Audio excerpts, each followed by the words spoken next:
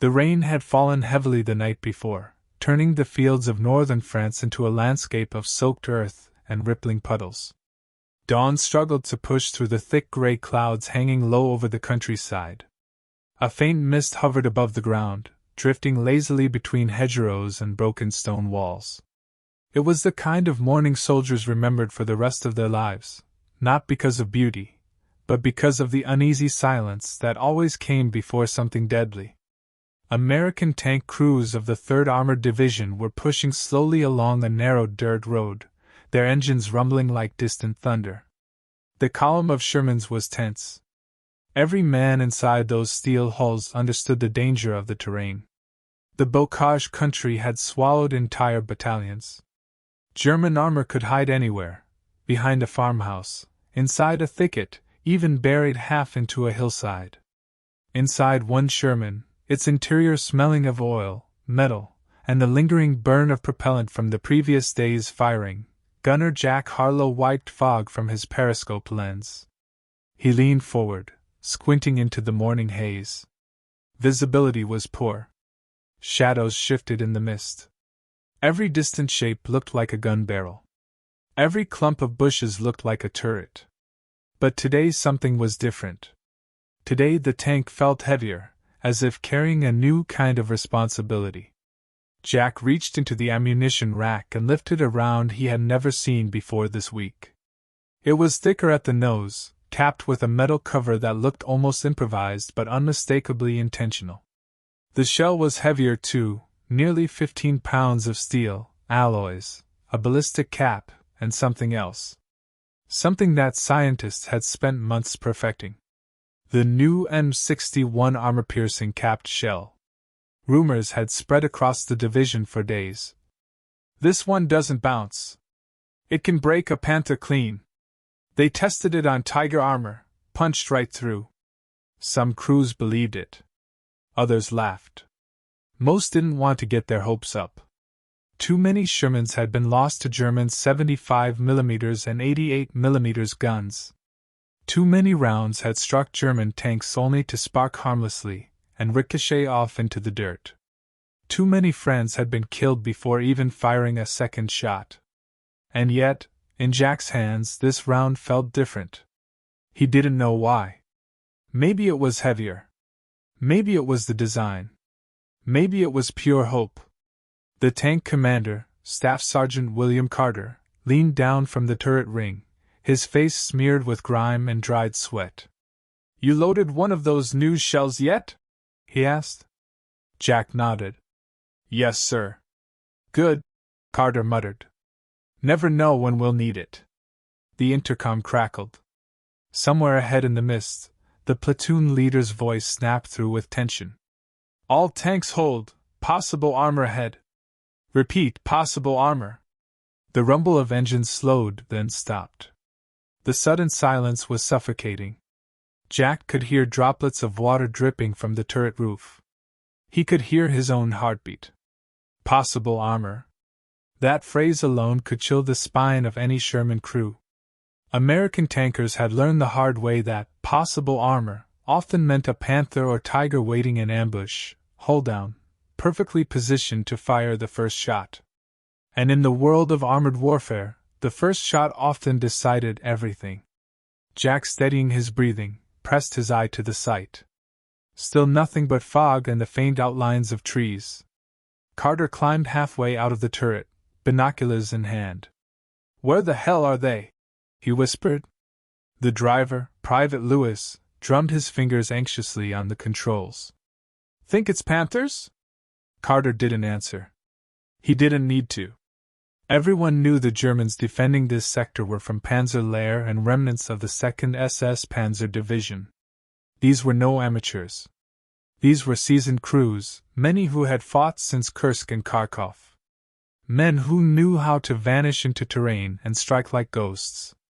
For minutes that felt like hours, nothing moved. Then a low, distant metal grinding noise echoed from somewhere beyond the mist. Jack stiffened.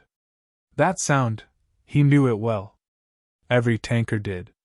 It wasn't the growl of a Sherman engine. It wasn't the clatter of half-tracks. It was deeper. heavier. The sound of interleaved road wheels and a powerful Maybach engine echoing through a chamber of steel.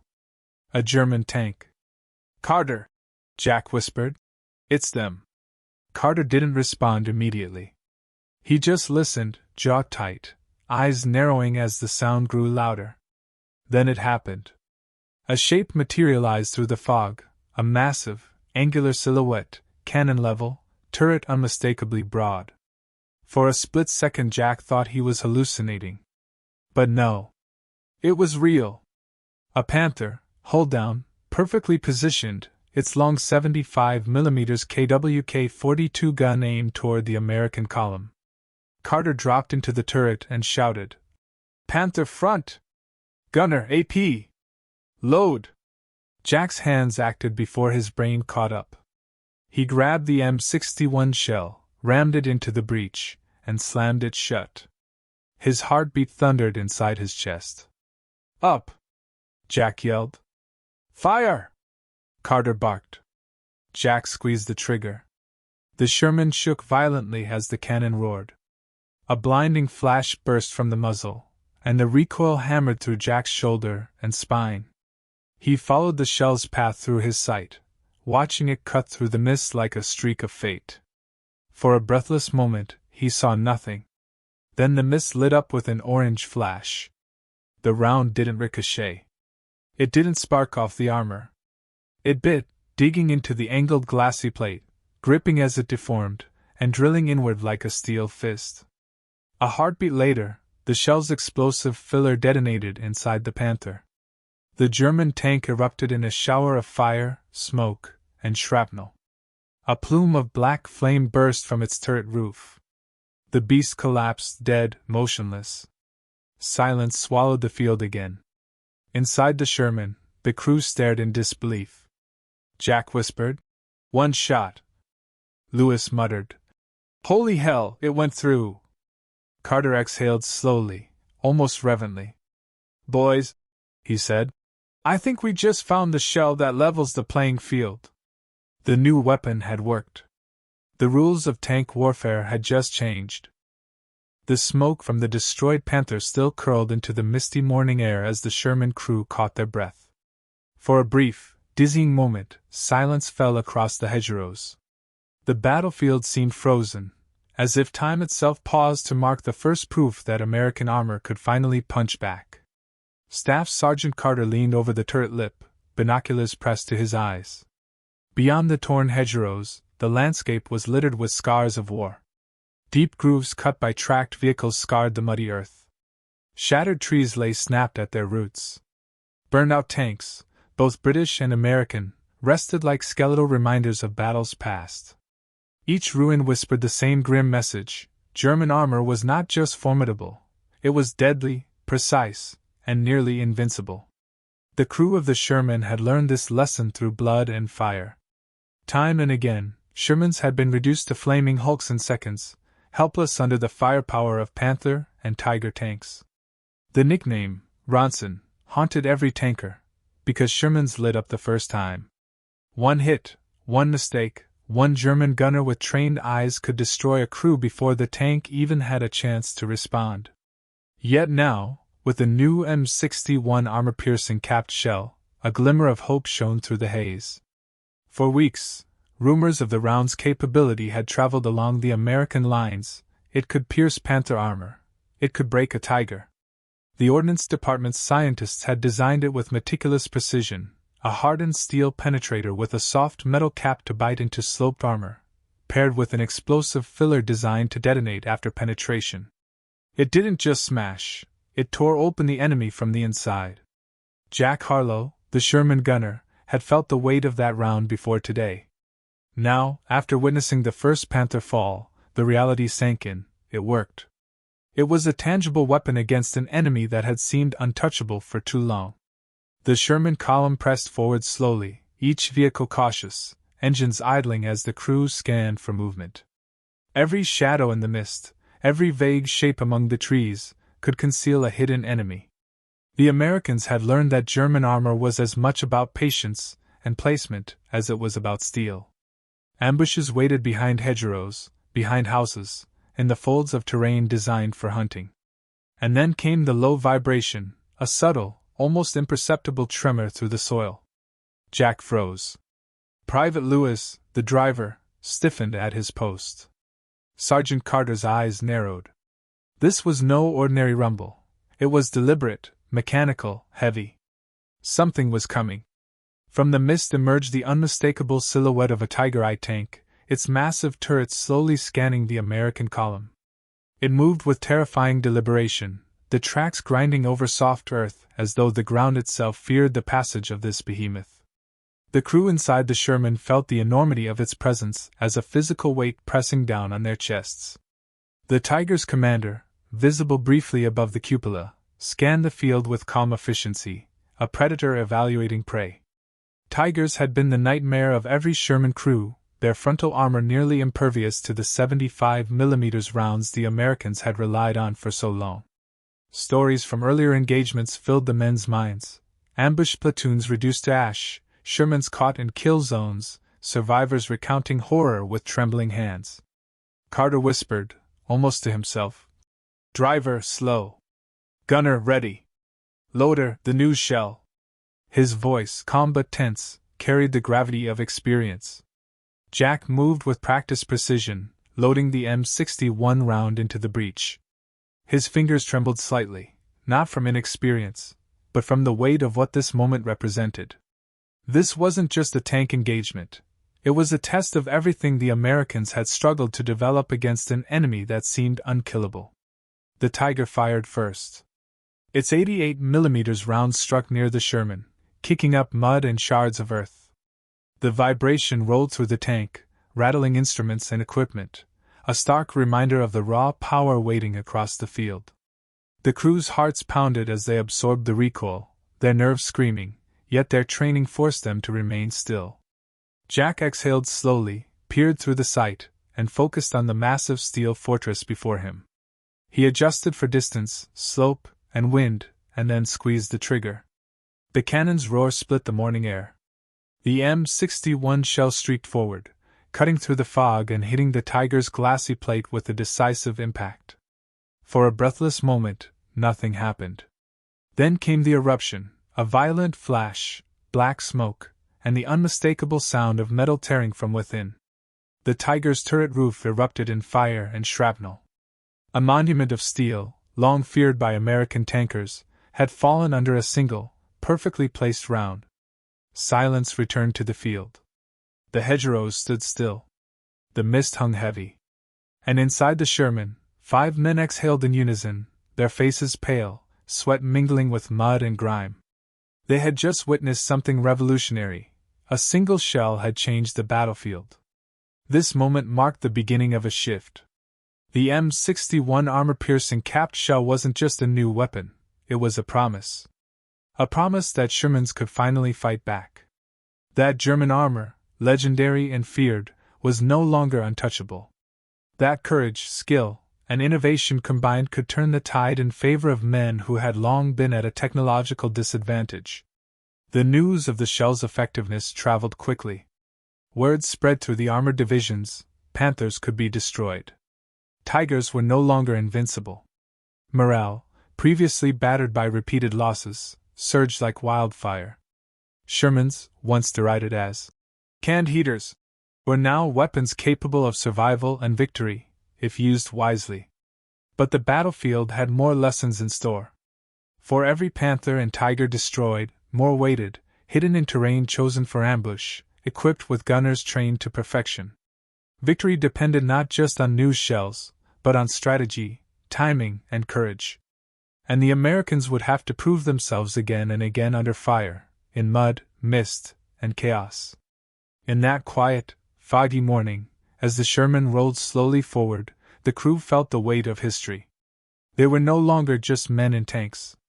They were pioneers in a new era of armored warfare. The M61 shell was their spear, their promise, their equalizer. And soon, across France, the echoes of exploding German armor would tell the story of this remarkable weapon. The morning fog lingered over the Argentine countryside, but the Sherman crews were no longer paralyzed by it. After the first Panther fell to the M61 shell, a new rhythm settled into the American advance. Every Sherman now carried with it a sense of possibility, a belief that, finally, they could fight back against the German armored giants that had dominated the fields of France. Staff Sergeant Carter's tank led the platoon forward along a narrow dirt lane, engines idling to avoid detection. The field stretched on either side, punctuated by hedgerows and shallow ditches. From experience, Carter knew these seemingly simple landscapes concealed traps, ambush points meticulously prepared by German crews who had long mastered the terrain. Yet today, the fear that had gripped them in previous weeks had been tempered by the knowledge that their new shells could fight back.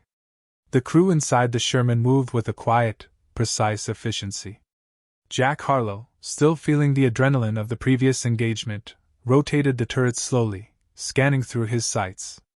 Private Lewis's hands steadied on the controls. Loader Davis prepared another M61 shell, the weight of it tangible in his hands. Even Sergeant Carter's normally calm voice carried an edge of optimism. They had a weapon that could finally counter the German advantage. The terrain ahead remained treacherous. Reports from reconnaissance units indicated the presence of multiple Panther and Tiger units within a few kilometers of their path. In previous engagements, such intelligence would have sparked panic.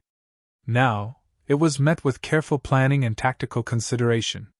The Americans would not charge blindly. They had learned the hard way that every hill, every ditch, every hedge could conceal a deadly gun.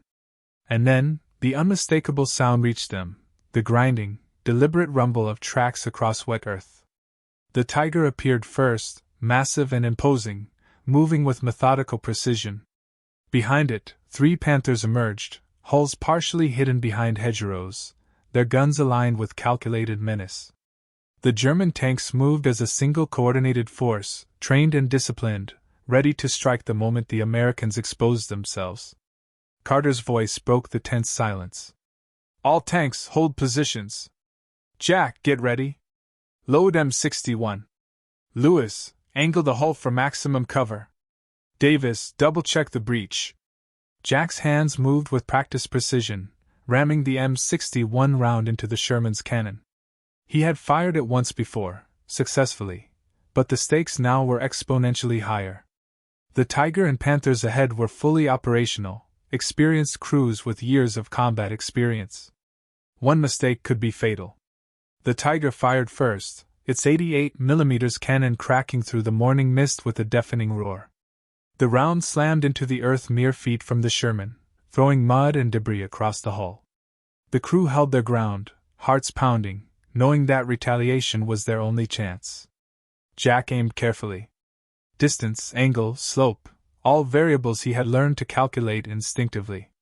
He squeezed the trigger, and the Sherman's main gun thundered. The M61 shell streaked through the air with blinding speed, striking the nearest Panther squarely on its angled glassy plate.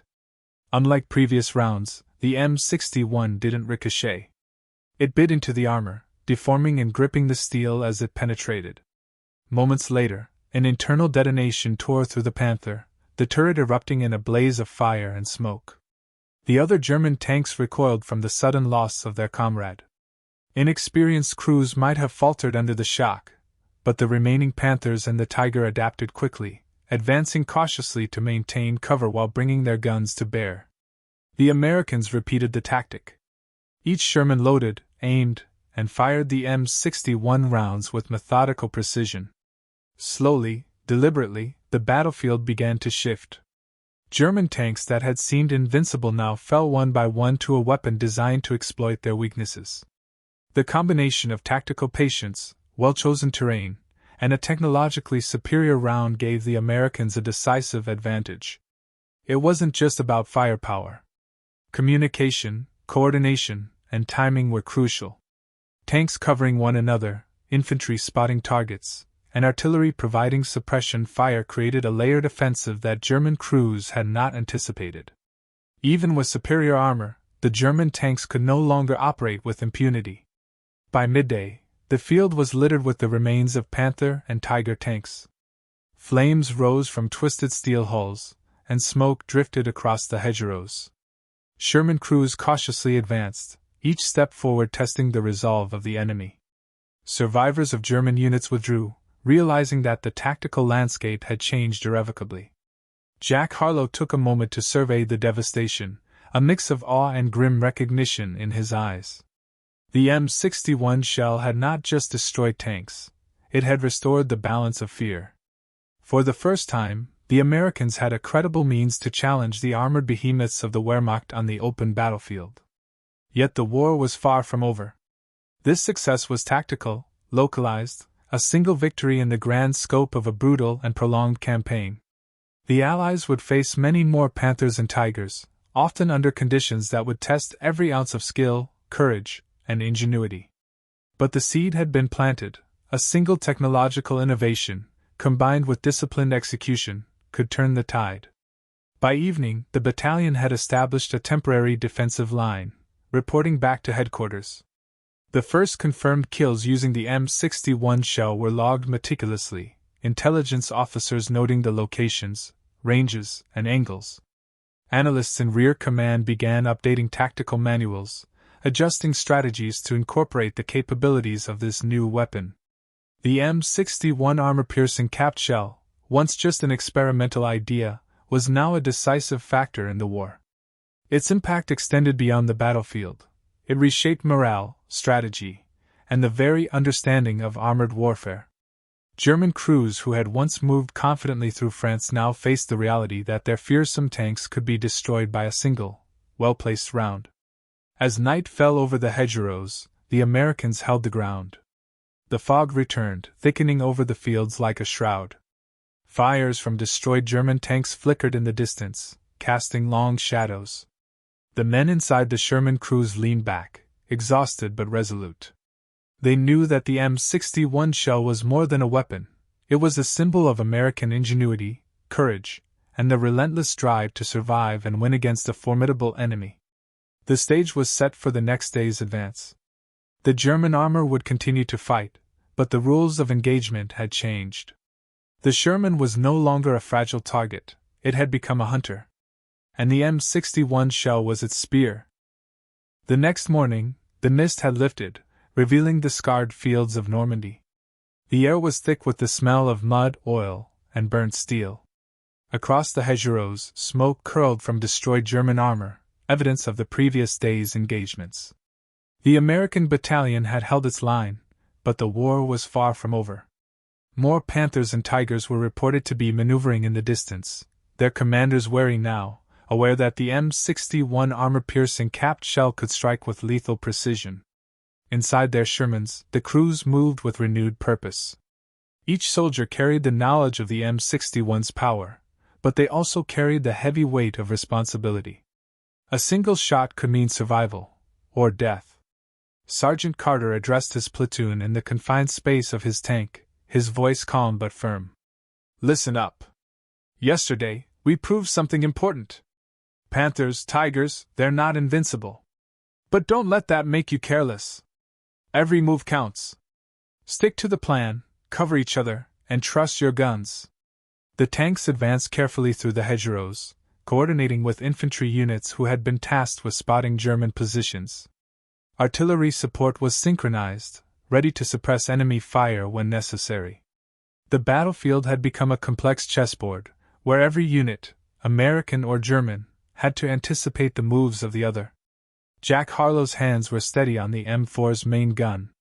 He had fired the M61 shell multiple times now, each successful strike reinforcing his confidence. Yet he knew that skill alone was not enough. The battlefield required strategy, awareness, and discipline. He scanned the horizon, watching for the faint shadows that betrayed hidden German positions. And the shadows appeared.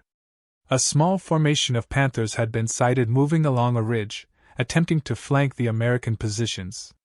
The Germans had learned quickly from yesterday's losses. They were cautious, using terrain to their advantage, seeking to exploit any gap in the American line. But the M61 had leveled the playing field, and the Americans were prepared. Carter coordinated with adjacent Sherman units. "Alpha, fire when ready. Bravo, hold positions. Watch flanks." The platoon moved like a single organism, each tank aware of the others, creating overlapping fields of fire that made it nearly impossible for the German tanks to maneuver safely. Jack adjusted for range and angle, then fired. The shell streaked through the morning light, striking the lead Panther on the glassy plate. The impact was devastating, metal tore, sparks flew, and the tank erupted in flames. The remaining Panthers hesitated, reassessing the sudden threat. Another M61 round followed, this time taking out a Tiger attempting to move forward from cover. The battlefield shifted rapidly. German crews, once confident, were now reacting defensively. Their attempts at ambush were countered by American firepower and coordination. The M61 shell had not only destroyed tanks, it had forced the Germans to rethink their strategy. Positions that had been considered safe were now vulnerable, and hesitation cost time, which in combat often meant death. By mid-morning, the Americans had seized the initiative. Sherman crews exploited every advantage, using combined arms tactics to maximize the M61's effectiveness.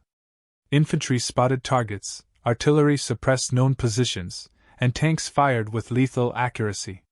German armor, formidable and feared, was systematically neutralized. Jack Sherman moved through the field cautiously, the turrets swiveling as he searched for threats. He saw a Panther attempting to retreat through a narrow pass. Another M61 round, fired with precise timing, destroyed the vehicle before it could escape. The crew exhaled collectively, their confidence building with each successful strike. Communication across the American units was constant. Radio operators relayed enemy positions, confirmed kills, and coordinated attacks. The battlefield, once dominated by German fearsome armor, was now contested. The psychological impact of the M61 shell was evident. German commanders hesitated, second-guessed their movements, and avoided direct confrontation. Even for experienced crews, the sheer effectiveness of the new shell forced them to adapt. Tactics that had been reliable for months were no longer safe. Flanking maneuvers were riskier, hold-on positions offered less protection, and every engagement carried the constant threat of annihilation from a single shot. By afternoon, the Americans had secured several key positions in the Argentine sector. Burnout tanks, destroyed hedgerows, and smoldering wrecks marked their path. Each victory was a combination of technology, skill, and coordination. The M61 shell had transformed the Shermans from vulnerable prey into formidable hunters.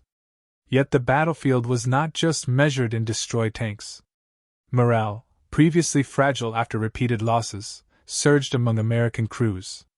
Confidence returned to the troops, knowing that they now had a weapon capable of meeting the German threat head-on. The M61 was more than a shell, it was a symbol of American ingenuity, resilience, and adaptability. As night fell, the crew of Carter's Sherman surveyed the battlefield. Flames flickered in the distance from destroyed enemy vehicles. Smoke drifted across the hedgerows, casting eerie shadows on the terrain. The men were exhausted but resolute. They knew that the coming days would bring more encounters, more challenges, but they also knew that they had changed the rules of engagement. The Germans would continue to fight. They would adapt, retreat, and attempt to regroup. But the psychological and tactical advantage had shifted. The M61 Armor-Piercing Capped Shell had rewritten the relationship between American and German armor. The battlefield had changed forever, and the Americans were no longer merely participants. They were innovators and survivors, capable of defeating even the most fearsome tanks with skill, coordination, and the right technology. By the end of Part 4, the stage was set for the final phases of the campaign, a series of tactical victories that demonstrated not just the destructive power of the M61 shell, but also the transformative impact of combining innovation with disciplined strategy. The German armored units, long dominant and feared, were now forced to confront a new reality. The era of invincible tanks was ending. The days following the breakthrough in the Argentine sector became a test not just of firepower, but of endurance, discipline, and coordination. American tank crews, emboldened by the M61's unprecedented performance, pressed forward with cautious aggression. Every Sherman now carried not just ammunition, but the promise of survival against armor that had long been considered invincible. Staff Sergeant Carter's platoon moved along a series of muddy lanes bordered by shattered hedgerows. Each turn, each slope, each ridge demanded vigilance. German forces, though diminished, had begun adapting. Scouts, engineers, and armored units repositioned to avoid the precise and deadly reach of the M61 shell. Yet, the Americans had learned to anticipate these movements. Using reconnaissance reports and coordinated infantry support, Sherman crews struck with efficiency, hitting targets before they could pose a serious threat. Jack Harlow's hands worked tirelessly on the turret. He had fired dozens of M61 rounds in the past 48 hours. Each successful hit reinforced the growing belief that technology, combined with tactical skill, could overcome numerical or qualitative disadvantages. Every destroyed Panther or Tiger represented more than just a tactical victory. It was a morale boost for crews who had endured months of fear and frustration. The battlefield itself began to tell a new story. Tracks of destroyed German armor marked the fields like scars, hedgerows were breached, and strategic positions once dominated by the enemy were now in American hands. Artillery fire complemented tank advances, suppressing enemy positions and allowing Shermans to maneuver with greater freedom. The integration of the M61 shell into combined arms operations proved transformative. German commanders responded with caution. Panthers and Tigers, previously aggressive and confident, now moved defensively, using terrain to shield themselves from long-range fire. Ambushes became riskier, and the psychological impact of the M61 was evident. Even seasoned crews hesitated before engaging. The fear that had once been one-sided, American troops dreading German fire, now had a counterweight. German tankers, aware of the destructive power of a single shell, had to think twice before committing to an attack. Carter's platoon encountered another fortified position, a ridge overlooking the main road. 3 Panthers were dug in, their guns aimed strategically to cover the approach.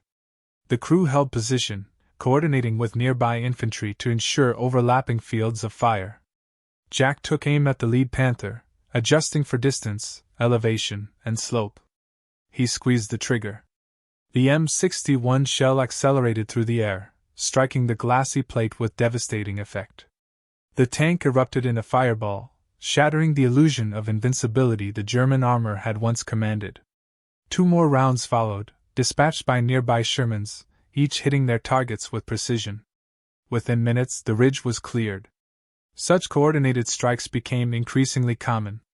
American forces realized that with disciplined use of the M61 shell, even formidable defensive positions could be neutralized. Infantry advanced behind the tanks, artillery suppressed suspected positions, and engineers prepared to breach obstacles. Each successful operation reinforced the emerging doctrine: technological superiority, when paired with tactical discipline, could decisively shift the balance of power on the battlefield. By late afternoon, reports confirmed multiple destroyed Panther and Tiger units across the sector. The once feared German armor was now under constant pressure, forced to react defensively and retreat when confronted with the precise, lethal strikes of the Sherman equipped with M61 shells. The battlefield dynamic had shifted entirely. Americans were no longer merely responding to German actions, they were dictating the terms of engagement. Beyond the immediate tactical victories, the M61 shell had a profound impact on strategy. Commanders in the rear understood that numerical superiority could now be leveraged more effectively. Sherman units, previously limited by the threat of superior German armor, could advance with greater confidence, execute flanking maneuvers, and hold ground previously deemed too risky. The combination of superior coordination, new ammunition, and disciplined tactics created a force multiplier effect, magnifying the overall effectiveness of American armored divisions. Jack, exhausted but focused, watched the horizon as the sun dipped low, casting long shadows across the fields. Smoke from destroyed German vehicles hung like ghostly pillars above the landscape. Every Sherman crew felt the same mixture of exhaustion, relief, and cautious optimism. They had proven that the rules of armored warfare could be challenged and rewritten, even against the most formidable opponents. The Germans, aware of the new reality, began altering their strategies. Aggressive pushes became rarer, patrols more cautious, and commanders hesitated to commit their best tanks without substantial infantry or artillery support. The psychological impact of the M61 shell, combined with American tactical discipline, had effectively neutralized the perceived invincibility of Panther and Tiger units. Even as the campaign continued, the Americans had established a precedent. One well-engineered weapon, used intelligently and with precision, could redefine combat outcomes. The M61 shell had proven that technological innovation, paired with human skill, could overcome even the most formidable obstacles. As darkness fell, the battalion set up defensive positions for the night. Fires burned from destroyed German vehicles, their glow reflected in the eyes of exhausted American soldiers. The M61 shell had done more than destroy tanks. It had restored confidence, reshaped strategy, and signaled a turning point in the battle for France. Tomorrow would bring new engagements, new challenges, and more testing of the M61's effectiveness. But for now, American forces had achieved something extraordinary. They had rewritten the rules of tank warfare, proving that courage, ingenuity, and innovation could prevail against even the most formidable enemies. The dawn of the following day brought a fragile calm to the battlefield. Mist lingered in low-lying fields, mixing with the smoke of previous engagements. The devastation left by the Shermans and their M61 shells was visible for miles. Twisted steel hulks, splintered hedgerows, and scorched earth formed a grim testament to the battles fought here. Yet beneath the devastation lay a story of innovation, determination, and a profound shift in armored warfare. Staff Sergeant Carter's platoon moved cautiously forward, each Sherman a testament to the new balance of power. The M61 shell had transformed them from vulnerable targets into formidable hunters. Every engagement reinforced a critical lesson. The proper combination of technology, skill, and strategy could overcome even the most formidable opponents. Jack Harlow, seated in the gunner's station, reflected on the journey from fear to confidence. Just days ago, Shermans had been considered fragile, easily destroyed by Panther or Tiger armor. Each round fired carried with it the weight of survival, the hope that innovation could bridge the gap between man and machine. And now, after repeated successes, that hope had become reality. The battlefield remained dangerous, yet the dynamics had shifted. German tank commanders, once audacious and dominant, were now forced to act defensively. They repositioned cautiously, relying on terrain to shield them from the lethal reach of the M61. The psychological advantage had changed hands. No longer could German armor operate with impunity. Every move carried risk. Every engagement required caution. American commanders capitalized on this advantage. Combined arms operations integrated Shermans, infantry, artillery, and air support in a coordinated effort that left German units constantly reacting rather than dictating. Flanks were secured, ambushes countered, and key positions seized with minimal casualties. The M61 shell was no longer just a weapon, it was the cornerstone of strategy, the tool that enabled Americans to reclaim initiative across contested sectors. Reports of destroyed Panther and Tiger units surged. Intelligence officers meticulously documented the locations, engagement ranges, and effects of the M61 shells. Commanders in the rear began updating tactical manuals, emphasizing precision, coordination, and the utilization of the new armor-piercing rounds. Across the Allied forces, morale soared. Soldiers, once wary of German armor, now trusted in their equipment, in their training, and in the innovative minds that had developed the M61. The broader implications became clear. The M61 shell did more than level the playing field, it redefined the rules of tank warfare. German commanders, once confident that their heavy armor could dominate the battlefield, were forced to adapt or retreat. Their tactical doctrine, built over years of battlefield dominance, faced a new reality where precision and ingenuity could overcome even superior firepower. In subsequent weeks, the impact of the M61 shell became increasingly evident. Sherman units spearheaded advances through France, their crews exploiting the newfound lethality of their main guns. German armored units, cautious and diminished, struggled to hold positions they had once controlled. The psychological and tactical shift was unmistakable. The era of invincible tanks had ended. Back in the Argentine sector, Carter's platoon reflected on their experiences. The destruction wrought by the M61 was both awe-inspiring and sobering. Every Panther, every Tiger destroyed had been a victory, but each engagement also reminded them of the cost of war. Smoke, fire, and the echoes of battle were constant companions. Yet the success of the M61 provided hope, a tangible symbol that innovation, courage, and careful coordination could prevail. Jack, exhausted but resolute, loaded his final round for the day. He thought of the countless comrades who had fallen before Sherman's could fight back effectively.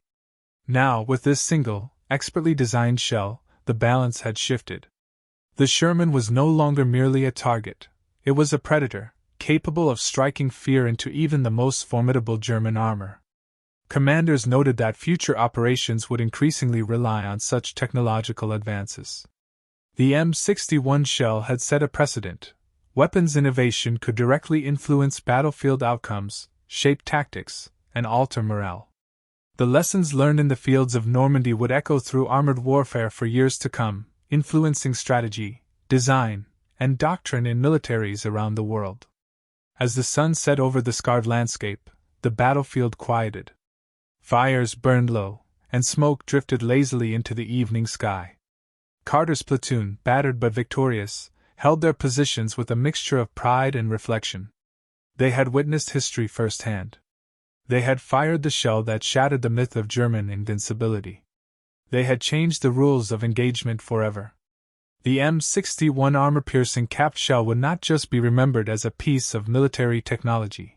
It would be immortalized as a turning point in World War II. Its impact resonated beyond the immediate battlefield, altering strategy, inspiring confidence, and demonstrating that ingenuity could overcome even the most fearsome obstacles. In the chronicles of armored warfare, the story of the M61 would stand as a testament to human innovation under pressure, a story of courage, precision, and the relentless pursuit of survival in the face of an enemy long thought unbeatable. For the crews who wielded it, and for history itself, one shell had changed everything. The battlefield was silent now, but the echoes of that change would resonate for generations. The Sherman, once underestimated, had become a symbol of resilience. The M61 shell had not only destroyed tanks, it had transformed the way wars were fought, proving that determination, technology, and skill could reshape the course of history. And in that quiet aftermath, among the smoke and shattered steel, the men knew the truth: the rules of tank warfare had been rewritten forever.